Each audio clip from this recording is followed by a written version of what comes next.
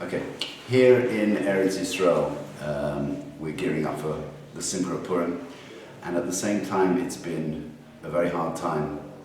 A lot of terrorist attacks, a lot of tragedy, and how are we meant to put the two together?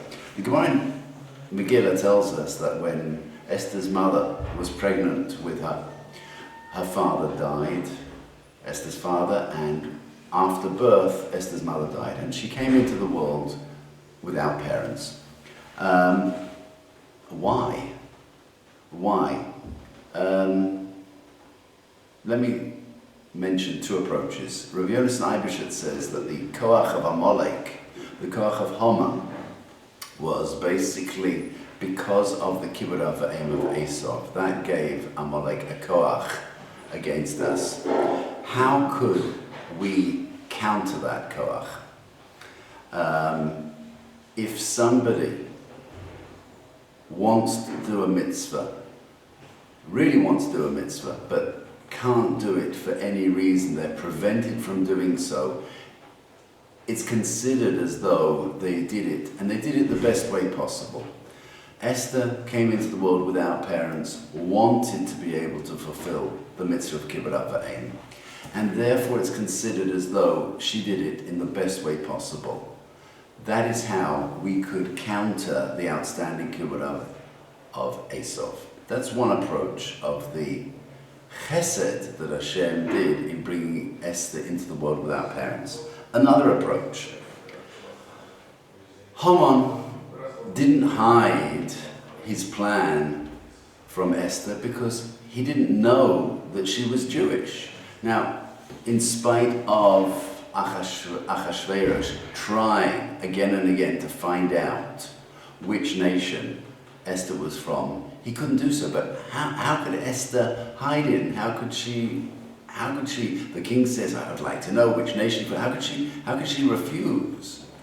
And the answer is that she could say, actually, I never knew my parents. I don't even know which nation I'm from. Imagine a baby without parents, and everybody's thinking, how sad, what a tragedy.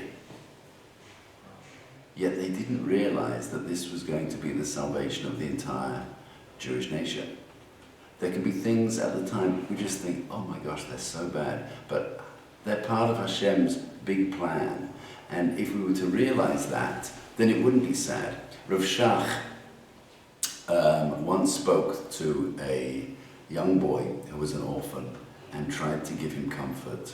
Rav Shach pointed out that he himself had been orphaned at a young age, and he told the boy that when he married, many young men of the time, very eligible yeshiva students, the wife's parents would buy them an apartment that they could live in and not worry about having to pay the rent. And his wife's parents couldn't afford that, and many told him not to marry the young lady. He wouldn't be able to learn with peace of mind if he didn't have his own apartment. But Rav Shach felt that this was the right young lady, and therefore he went for it. What happened later on was, this was before the war, the Second World War, and many people perhaps saw the danger, but it was difficult for them to leave Poland because they had apartments there. Rav Shach didn't have an apartment, he and his wife rented, and therefore it was easy for them to pick up and leave and go to Eretz Yisrael. What many might have thought was such a sad situation, this highly eligible yeshiva student doesn't have an apartment of his own, turned out to be his salvation.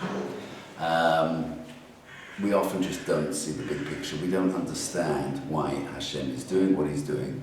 But if we realize we're in good hands, the Chafetz Chaim used to say that if one has emunah, there are no questions, and without emunah, there are no answers. If all's well, we should merit to see the time when all the questions fall away, when there will be the revelation of the beauty of the divine plan, B'be'as Kol Tzedek B'meir Yameinu.